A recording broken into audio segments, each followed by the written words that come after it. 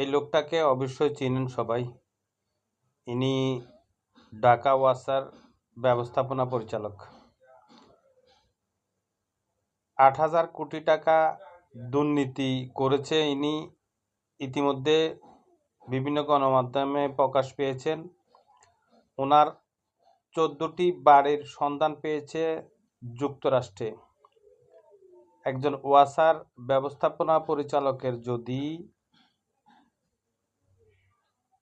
৮,০০০ কোটি টাকা দুর্নীতির অনুসন্ধান বেরিয়ে আসে ১৪টি বাড়ির যুক্তরাষ্ট্রে, তাহলে সাবেক প্রধানমন্ত্রীর ফিওনে ৪০০ কোটি টাকার দুর্নীতি করেছে, এটা অনেকটা সঠিক। তবে এই টাকাগুলো কার টাকা দুর্নীতিবাজরা পকেটে ঢুকিয়েছে?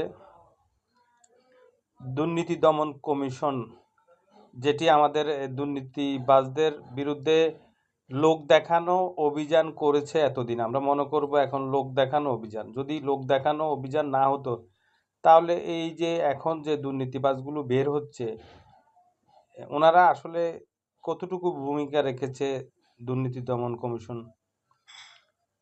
এইভাবে দেশের টাকা লুট করেছে লুটতরাজরা। এগুলো আসলে শুনতে গেলে শরীর শিউরে ওঠে। এত লুট করেছে দুর্নীতিবাজরা, লুটেরারা। দেশের টাকা বিদেশে নিয়ে গিয়েছে। এখন দেশের মানুষ ঋণের বোঝা মাথায় নিয়ে ঘুরছে। এগুলো আসলে এই দুর্নীতিবাজদের কঠোর শাস্তির আওতায় আনা দরকার।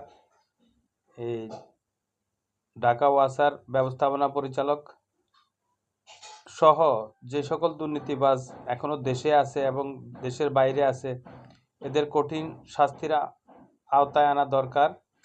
তা না হলে ভবিষ্যতে আরও দুর্নীতিবাজ মাথা চাড়া দিবে। বর্তমান সরকারেরও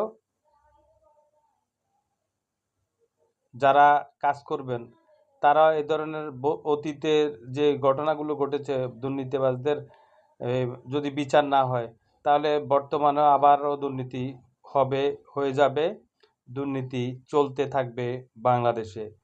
তাই একজন সাধারণ নাগরিক হিসেবে বলছি, এই সকল দুর্নীতিবাজদের কঠোর শাস্তির আওতায় আনা দরকার। ধন্যবাদ, ভালো থাকবেন, সুস্থ থাকবেন। আসসালামু আলাইকুম।